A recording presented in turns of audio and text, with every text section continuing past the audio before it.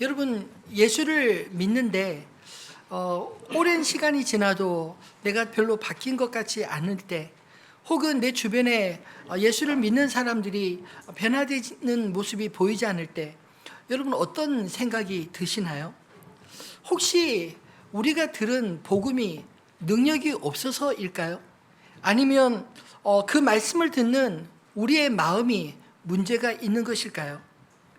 오늘 우리가 읽은 본문의 말씀은 복음의 내용보다는 오히려 복음을 담는 그 마음의 문제를 다루고 있습니다. 예수님은 오늘 본문을 통해서 두 개의 비유를 들려주셨습니다. 하나는 우리가 잘 아는 씨를 뿌리는 비유이고, 또 하나는 등불을 켜는 비유입니다.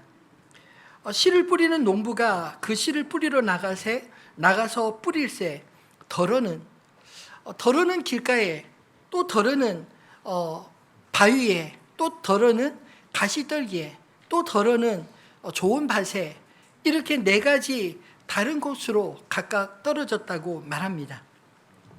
그런데 이 떨어진 네 곳 중 세 곳은 씨앗이 열매를 맺지 못하고 오직 한 곳에서만 100배의 열매를 맺게 되었습니다. 그리고 또 하나의 비유인 등불 비유는, 사람이 등불을 켜서 등경 위에 두는 이유는 집에 들어가는 모든 사람이 그 빛을 보게 하려는 것이다 라는 말씀과 함께, 숨은 것이 장차 드러나지 않을 것이 없고 감추인 것이 장차 알려지고 나타나지 않을 것이 없느니라 하셨습니다. 등불을 켜는 것은 마치 예수님이 말씀하신 그 모든 것들을 밝히기 위해서 전해주신 것이다. 그 말씀들은 반드시 그 말씀이 의미하는 뜻을 깨닫게 될 때가 있을 것이다 라는 것입니다. 그런데 이 비유를 하나로 연결하는 단어를 찾는다면 들으라 라는 말씀이 아닐까요? 8절에 씨 뿌리는 비유 끝에 들을 귀 있는 자는 들을지어다 라고 말씀하셨고, 18절에 등불 비유 끝에도 너희가 어떻게 들을까 스스로 삼가라 하셨습니다. 예수님의 말씀을 듣는 상태에 따라 네 가지 밭의 유형으로 나눠지기도 하고, 또 말씀을 어떤 태도로 듣는가에 따라 마지막에 하나님 앞에서 심판을 받게 될 것이라는 말씀입니다. 씨 뿌리는 비유를 먼저 생각해 보면, 하나님 나라의 비밀인 복음은 그 대상을 가리지 않는다라는 메시지를 이 말씀 속에 담고 있지 않나요? 예수님은 각 성과 마을로 두루 다니시며 복음을 전하셨습니다. 그리고 사람들은 그 복음을 전하는 예수님을 보기 위해 각 동네에서 모여들어 오늘 본문의 큰 무리를 이루었다고 말씀합니다.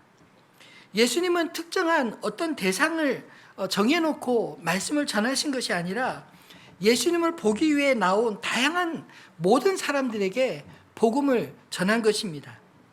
이 네 가지 밭의 비유는 말씀을 듣는 네 종류의 사람들을 의미합니다. 똑같이 말씀을 듣지만 반응과 결과는 네 가지로 각각 다르게 나타난다고 하지 않습니까? 아마 예수님께 나온 사람들은 다양한 이유들을 가지고 나왔을 것입니다. 어떤 사람은 메시아를 기다리다 예수가 메시아다 라는 그런 믿음을 가지고 메시아를 만나고자 하는 간절함으로 나왔을 것입니다. 또 어떤 사람은 예수님의 이름, 그 유명한 그분을 만나기 위한 단순한 호기심으로 왔을지도 모릅니다. 또 어떤 사람들은 친구들이 다 가자 하니 그 사람들이 모인 곳에 얼떨결에 따라온 사람도 있지 않았을까요?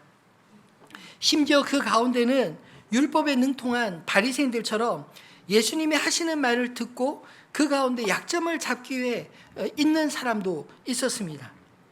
똑같이 예수님께로 나와서 똑같은 말씀을 듣고 있지만 사실 예수님을 바라보는 입장은 서로 각각 다르지 않았을까요? 그래서 예수님은 바로 그들을 향해 이 비유를 들어주신 것입니다. 그리고 이 비유의 말씀은 각자의 마음의 상태에 따라 똑같은 복음이라 할지라도 다른 결실을 맺게 될 것이라고 말씀합니다. 어떤 사람은 이 이야기를 들으며 농부가 씨 뿌리는 방식이 잘못되었다, 이렇게 생각하는 사람도 있지 않았을까요?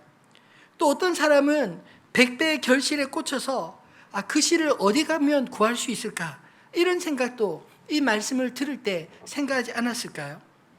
어쨌든 비유의 말씀은 각자가 해석하기에 따라 다르게 들렸을 것입니다. 그렇다면 예수님은 왜 하나님 나라의 복음을 비유를 들어 설명하셨을까요? 제자들이 그 이유를 묻자 예수님은 10절에 이렇게 말씀하십니다.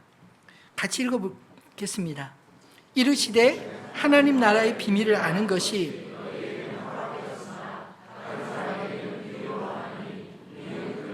보아도 보지 못하고 들어도 깨닫지 못하게 하려 함이라. 아멘. 비유의 목적은 감추어진 비밀이기 때문에 그 비밀을 알도록 허용된 사람들한테는 말씀을 들을 때 깨닫게 되지만 그렇지 못한 사람에게는 보아도 보지 못하고 들어도 깨닫지 못하게 하려는 것이라는 말씀입니다. 그렇다면 왜 하나님 나라의 복음을 들을 똑같은 기회를 받은 사람들에게 다른 결과가 나타나는 것일까요? 예수님은 제자들에게 이 비유를 해석하심으로 열매 맺지 못하는 이유들을 진단하고 열매를 맺으려면 무엇이 필요한지를 제자들에게 가르쳐 주셨습니다. 아마 우리 중 그 누구도 열매 없는 인생이 되기 원하는 사람은 없을 것입니다. 그럼에도 불구하고 현실은 열매 없는 인생으로 살아가고 있다면 무엇이 문제일까요?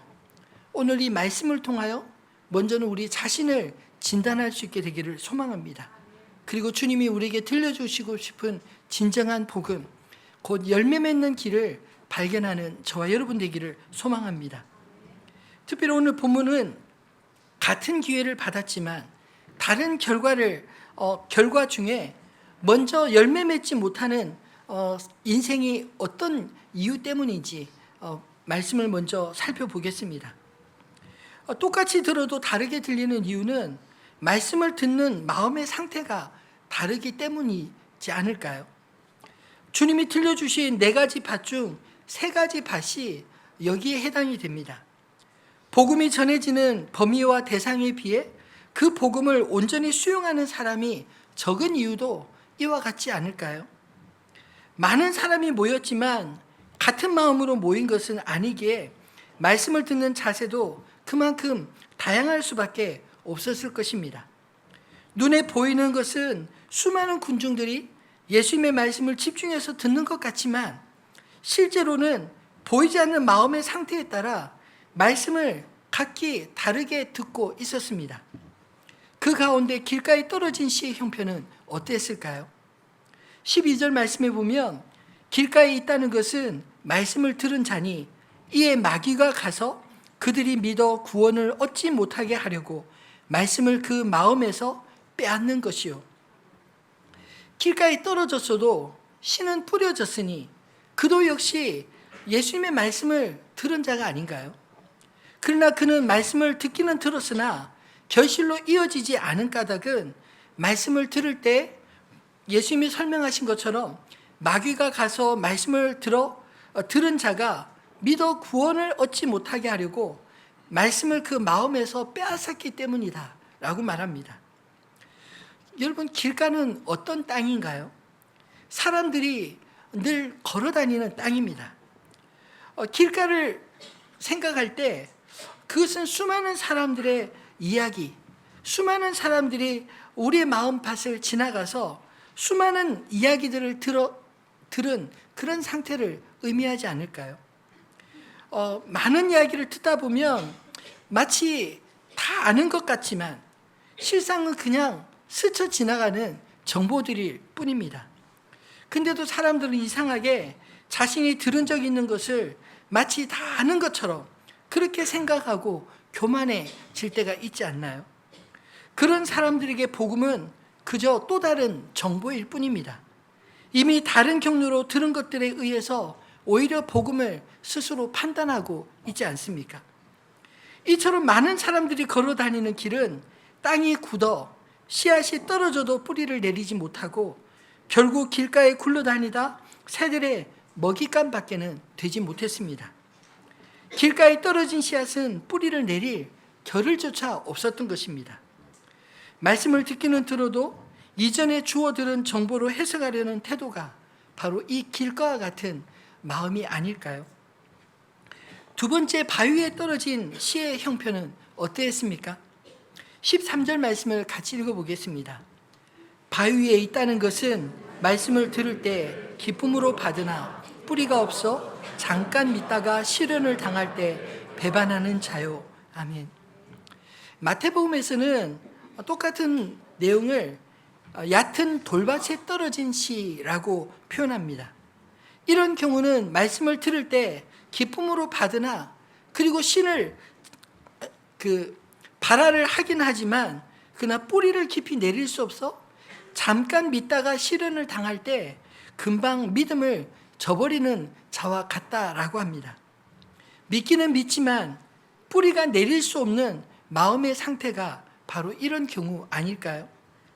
말씀이 뿌리를 내리지 못하도록 막는 바위와 같은 것, 여러분 인생에는 하나 둘 있지 않으신가요? 그 바위와 같은 것이 무엇을 의미하겠습니까? 하나님 아닌 다른 것, 그것이 그의 마음을 바위처럼 차지하고 있다면 바로 우상이 아닐까요?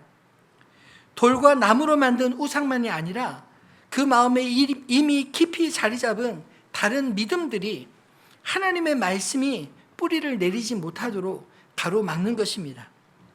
전도하다 보면 말씀을 잘 듣기는 듣는데 그리고 아멘 또 영접 기도까지 따라 하시는 분들이 있는데 실제로 그 믿음이 오래가지 못하는 분들을 많이 보았습니다.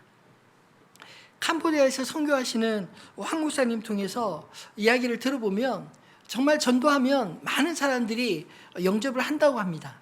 근데 정작 교회 나오는 사람들은 별로 없고 또 나와도 믿다가 금방 또 그 믿음을 잃어버리는 사람들이 대다수여서 그 선교사들이 오해할 때가 참 많다는 것입니다. 복음을 전하면 다 받아들이는구나. 근데 깊이 들어가 보면 사실은 믿고 교회로 나오긴 나오지만 집집마다 예수만 믿는 게 아니라 다른 신들을 함께 섬기고 있는데 예수님도 자신에게 복을 주는 그런 신이라고 생각해서 다른 신들처럼 그렇게 믿는 것뿐이라는 것이죠. 이런 사람들에게 하나님의 말씀은 그저 자기를 위해 복 주는 말씀으로 믿는 것입니다. 근데 자신이 기대하는 복이 아니라 때로는 믿음 때문에 시련이 찾아오면 금방 견디지 못하고 그 믿음을 떠나게 된다는 것이죠. 세 번째, 가시떨기에 떨어진 씨는 왜 결실하지 못할까요? 14절 말씀을 다시 읽어보겠습니다. 가시떨기에 떨어졌다는 것은 말씀을 들은 자이나 지내는 중 이생의 염려와 재물과 향락의 기운이 막혀 온전히 결실하지 못하는 자요. 아멘. 가시떨기와 같은 마음일지라도 하나님의 말씀을 듣습니다. 이 길가와 바위와 가시떨기에 떨어진 씨의 공통점은 무엇이냐면 그 본문에 보면 말씀을 들었다라는 것입니다. 그런데 문제는 그 말씀이 자라지 못하도록 기운을 빼는 것들이 있다는 것이 문제이죠. 말씀의 기운을 뺏는 것으로 무엇이 있나요? 본문에 보면 이생의 염려와 재물과 향락이라고 합니다. 즉 가시떨기의 기운은 재물을 중심으로 빚어지는 염려와 향락이라는 것이죠. 적으면 염려하고 많으면 향락에 빠지고, 즉 이생의 염려는 하나님을 온전히 믿지 못하기 때문에 생기는 마음이지 않습니까? 예수님은 마태복음 6장 31절로 32절에 이렇게 말씀하셨습니다. 그러므로 염려하여 이르기를 무엇을 먹을까 무엇을 마실까 무엇을 입을까 하지 말라. 이는 다 이방인들이 구하는 것이라. 너희 하늘 아버지께서 이 모든 것이 너에게 있어야 할 줄을 아시느니라. 우리 인생이 늘 무엇을 먹을까 입을까 마실까 늘 이런 생활의 염려로 가득 차 있다면, 혹은 미래에 대한 염려로 가득 차 있다면 하나님의 복음이 어떻게 자리를 잡을 수 있을까요? 그런 염려는 늘 하나님이 아닌 어쩌면 우리와 비교의 대상인 다른 사람들을 바라보며 혹은 물질을 바라보기 때문에 생기는 마음이 아닐까요? 가시떨기의 또 하나의 기운이 향락 역시 말씀이 뿌리를 내지 못하게 합니다. 돈만 있으면 뭐든지 다 하는 세상을 살면서 우리의 마음은 점점 하나님에 대해서 차갑게 식어가고 있지는 않습니까? 가난할 때는 하나님밖에 의지할 것 없어 늘 부르짖었는데 부유해지니까 점점 기도 소리도 약해지고 기도의 무릎도 연약해지지 않았나요? 우리나라가 불과 3, 40년, 한 50년 전만 생각해 보면 가난했지만 믿음은 참 뜨거웠습니다. 그런데 지금 1인당 국민소득 4만 불의 시대가 되고 보니 점점 즐길 거리도 많아지고 또 하나님의 말씀보다 우리의 흥미를 끄는 향락거리가 많아지니 말씀이 잘 들어오지 않는 것 아닌가요? 그나마 어른 세대는 어려움도 겪었고 하나님을 경험한 것도 있기에 말씀을 붙들려고 애라도 쓰는데 우리 자녀 세대는 아예 어려움 없이 물질적 풍요로움으로 커서 하나님이 전혀 아쉽지 않는 그런 상황에서 자라고 있지는 않습니까? 가시떨기와 같은 마음은 물질의 많고 적음에 영향을 많이 받는 것 같습니다. 적으면 적은 대로 염려하고 많으면 많은 대로 향락을 쫓는 마음의 상태로는 하나님의 말씀을 들어도 그 말씀이 열매를 맺지 못하는 것입니다. 그러므로 길가와 바위와 가시떨기와 같은 마음으로 말씀을 받아 열매 맺지 못하는 그런 인생이 되지 않도록 우리가 말씀 앞에 서야 되지 않을까요? 두 번째로 많이 열매 맺는 인생은 어떤 특징을 가졌을까요? 15절 말씀을 같이 읽어보겠습니다. 좋은 땅에 있다는 것은 착하고 좋은 마음으로 하니 아멘. 이 짧은 말씀 속에 열매를 많이 맺는 좋은 땅의 비결에 대해 세 가지로 소개하고 있습니다. 첫 번째 특징은 수용력이라 말할 수 있지 않을까요? 착하고 좋은 마음으로 말씀을 듣는다. 즉 하나님의 말씀을 들을 때 그 말씀을 받는 마음밭이 착하고 좋은 말씀으로 마음으로 말씀을 들어야 한다는 것이죠. 이게 왜 중요합니까? 앞에 열매 맺지 못한 밭과 비교해 보면 하나님의 말씀을 방해하는 요소들이 있지 않았나요? 다른 말로 하면 말씀이 우리 마음에 들어오기 전에 이미 차지하고 있는 많은 정보들과 우상들과 물질에 대한 염려들이 있을 때 그 말씀은 우리 마음에 잘 새겨지지 않는다는 것입니다. 그러나 착하고 좋은 마음으로 말씀을 듣는다는 것은 말씀을 듣기 전에 이런 것들을 싹 치운 그런 상태가 아닐까요? 옥토라 부르는 것은 이미 갈아 엎어진, 그래서 씨를 뿌릴 때 그 땅에서 그 씨가 잘 발할 수 있는 상태를 의미하는 것입니다. 씨를 뿌리기 전에 농부가 씨가 잘 자랄 환경을 만들기 위해 쟁기질하고 잡초들과 돌덩이들을 다 치운 후에 씨를 뿌리듯 좋은 밭은 그와 같은 노력들이 들어간 밭이 아닐까요? 또 좋은 밭으로 비유된 성도들의 두 번째 특징은 실행력입니다. 착하고 좋은 마음으로 말씀을 듣고 그 다음으로 나오는 말이 지키어라는 단어입니다. 이 지킨다는 말은 말씀을 듣는 것으로 그치는 것이 아니라 그 말씀을 들은 그대로 행한다라는 뜻입니다.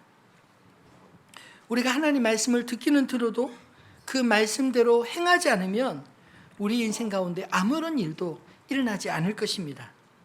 그래서 예수님은 마태복음 5장에서 7장까지 산상설교를 마친 후에 마지막 결론으로 반석 위에 지은 집과 모래 위에 지은 집의 비유를 들어 이렇게 설명하셨습니다.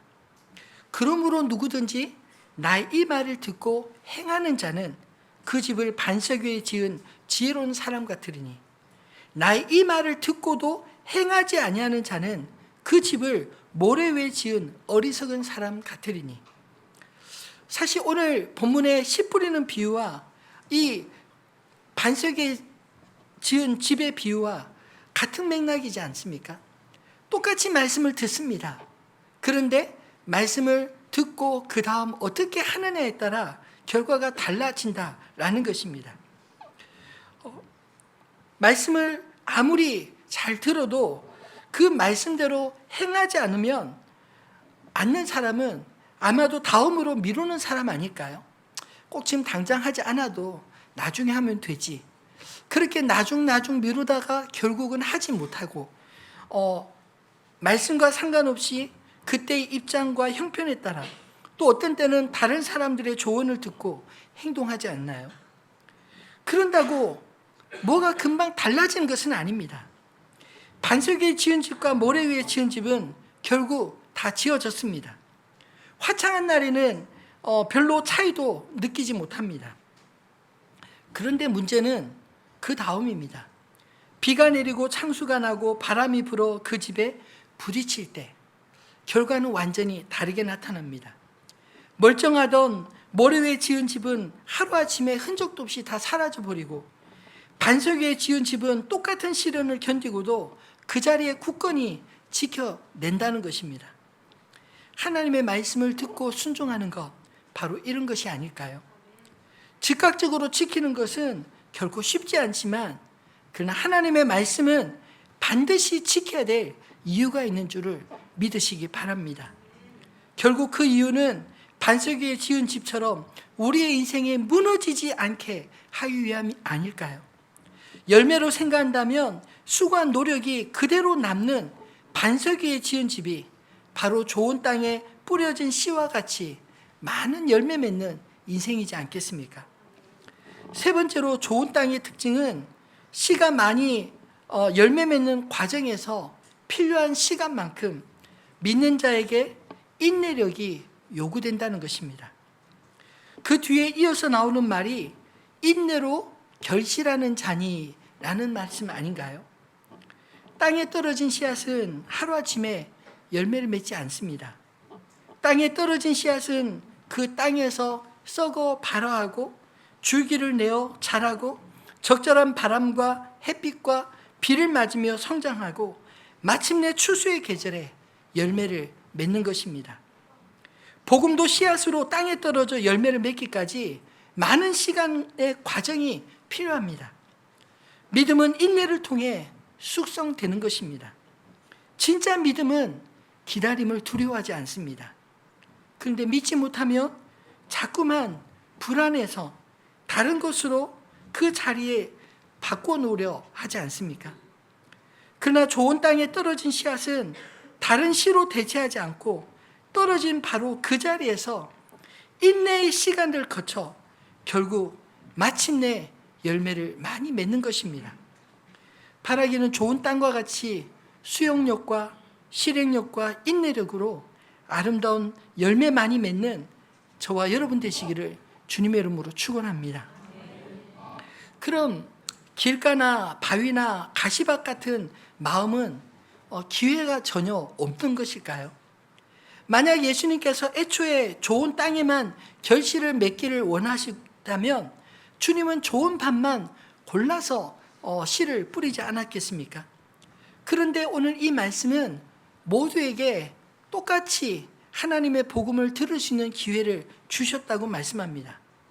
모두에게 기회를 주셨다는 것은 비록 그 마음이 길가와 같다 할지라도, 비록 바위와 같다 할지라도, 비록 가시밭과 같은 마음일지라도 묵은 땅을 갈아엎어 기경하면 옥토가 되듯이 창조적인 파괴력을 요구하고 있는 것입니다.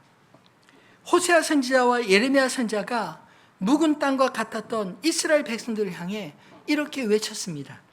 우리 호세아서 10장 12절과 예레미야서 4장 3절로 4절 말씀을 같이 읽어볼까요? 너희가 자기를 위하여 공의를 심고 인내를 거두라. 너희 묵은 땅을 기경하라. 지금이 여호와를 찾을 때니 마침내 여호와께서 오사 공의를 비처럼 너에게 내리시리라. 여호와께서 유다와 예루살렘 사람에게 이와 같이 이르노라. 너희 묵은 땅을 갈고 가시덤불에 파종하지 말라. 유다인과 예루살렘 주민들아, 너희는 스스로 할례를 행하여 속하라. 그리하지 아니하면 너희 악행으로 말미암아 나의 분노가 불같이 일어나 사르리니 그것을 끌 자가 없으리라. 아멘. 호세아와 예레미야 선지자를 통해서 하나님이 그 백성들에게 주신 말씀은 그들의 마음이 마치 씨앗이 떨어져도, 하나님 말씀이 떨어져도 도무지 열매를 맺을 수 없는 묵은 땅과 같을지라도, 그럴지라도 주님은 포기하신 게 아닙니다. 너희가 그럴지라도 너희 묵은 땅을 기경하라. 지금이 여호와를 찾을 때라고 말씀하십니다. 너희 묵은 땅을 갈고 가시덤불에 파종하지 말라고 말씀하십니다. 너희 마음에 가죽을 베고 나 여호와께 속하라. 묵은 땅을 베라는 말씀이 마음의 할례를 받으라, 마음에 가죽을 베라, 이런 뜻이 아닌가요? 세례 요한과 예수님도 복음을 처음 선포하실 때 이렇게 외치셨습니다. 회개하라, 천국이 가까이 왔느니라. 여러분, 복음은 회개를 동반합니다. 갈아 엎어진 땅이 옥토요 좋은 땅이 아닌가요? 비록 우리의 이전의 마음이 길가와 같았다 할지라도, 바위와 같았다 할지라도, 혹은 가시밭과 같았다 할지라도 하나님의 말씀을 들을 때 돌이켜 마음의 가죽을 베고 하나님께로 나아가시기를 주님의 이름으로 부탁드립니다. 그러면 은혜의 단비가 내려 갈아 엎어진 땅에 떨어진 하나님의 말씀이 우리 안에서 자라 100배, 60배, 30배 결실을 맺게 될 것입니다. 하나님 말씀 앞에 수용력과 실행력, 인내력으로 뿌려진 씨앗의 열매, 곧 하나님의 나라가 우리 안에서 끊임없이 재생산되길, 주님이 오시는 그날까지 끊임없이 자라나길 주님의 이름으로 축원합니다. 말씀을 맺겠습니다. 하나님께 받은 복을 빼앗기지 마시기를 주님의 이름으로 축원합니다. 주님이 전해주신 복음은 우리가 마땅히 누려야 될 복이 아닌가요? 그렇다면 무엇이 우리의 복입니까? 예수님은 비유의 말씀을 풀어 전하실 때 복음을 하나님의 나라의 비밀이라고 말씀하셨습니다. 그리고 바울은 그 비밀이 바로 십자가를 통해 밝혀진 대로 우리의 구원을 온전히 이루신 예수 그리스도시다 라고 선포하고 있습니다. 골로새서 1장 26절로 27절 말씀을 읽어볼까요? 이 비밀은 만세와 만대로부터 감추어졌던 것인데 이제는 그의 성도들에게 나타났고 하나님이 그들로 하여금 이 비밀의 영광이 이방인 가운데 얼마나 풍성한지 알게 하려 하심이라. 이 비밀은 너희 안에 계신 그리스도시니 곧 영광의 소망이시니라. 아멘. 예수 그리스도가 우리 가운데 하나님의 영광스러운 소망의 비밀이요 우리가 영원히 누릴 복인 것을 믿으시기를 바랍니다. 주님은 우리가 이 복을 잘 받았다면, 잘 지키지 않으면 언제든지 빼앗길 수 있음을 경고하고 있습니다. 오늘 본문 18절의 말씀이 그렇지 않을까요? 같이 읽어보겠습니다. 그러므로 너희가 어떻게 들을까 스스로 삼가라. 누구든지 있는 자는 받겠고 없는 자는 그 있는 줄로 아는 것까지도 빼앗기리라 하시니라. 아멘. 너희가 어떻게 듣는가 스스로 삼가라. 여기서 씨앗, 곧 하나님의 말씀을 받는 밭의 입장에서 다시 한번 생각하시기 바랍니다. 길가와 같이 하나님의 말씀을 흘려보내지 마시기 바랍니다. 바위와 같이 적당히 믿지 마시기를 바랍니다. 가시떨기와 같이 자신이 가진 것으로 웃고 우는 인생이 되지 마시고 영원한 생명력을 가진 하나님의 말씀을 착하고 좋은 마음으로 말씀을 듣고 지키어 인내하며 결실하는 저와 여러분 되시기를 바랍니다. 누구든지 있는 자는 받겠고 없는 자는 그 있는 줄로 아는 것까지 빼앗기리라 하시니라. 이건 무슨 말인가요? 주님이 마지막에 우리를 찾으실 때 우리 안에 무엇이 있어야 하겠습니까? 사도 요한은 우리 안에 있어야 할 것이 바로 이것이라고 말씀합니다. 요한일서 5장 12절 말씀을 같이 읽어볼까요? 요한일서 5장 12절 말씀입니다. 제가 읽겠습니다. 제가 본문을 안 줬네요, 보니까. 아들이 있는 자에게는 생명이 있고 하나님의 아들이 없는 자에게는 생명이 없느니라. 한번 같이 따라해 볼까요? 아들이 있는 자에게는 생명이 있고 하나님의 아들이 없는 자에게는 생명이 없느니라. 아멘. 오늘 주님이 우리를 보실 때, 마지막 주님 앞에 우리가 설 때 우리 안에 무엇이 있어야 할까요? 우리 안에 하나님의 아들 예수 그리스도가 있으면 생명이 있는 줄을 믿으시기 바랍니다. 그러나 우리 안에 주님이 아무리 찾아도 하나님의 아들 예수가 없고 다른 잡다한 것이 가득하다면 우리에게는 생명 있다고 생각하는 것조차 빼앗기게 되리라, 이렇게 말씀하신 게 아닌가요? 길가와 바위와 가시떨기 밭에는 바로 그리스도가 아닌 다른 것들이 차지하고 있어서 열매를 맺을 수 없었습니다. 근데 예수가 우리의 마음에 가득할 때 그 말씀이 우리를 이끄는 자는 생명을 얻고 더 풍성히 얻을 줄을 믿으시기 바랍니다. 그리스도를 가진 자, 모든 것을 가진 자인 것입니다. 사도 바울은 아들이 있는 자에게 허락하신 하나님의 복을 이렇게 말씀하고 있습니다.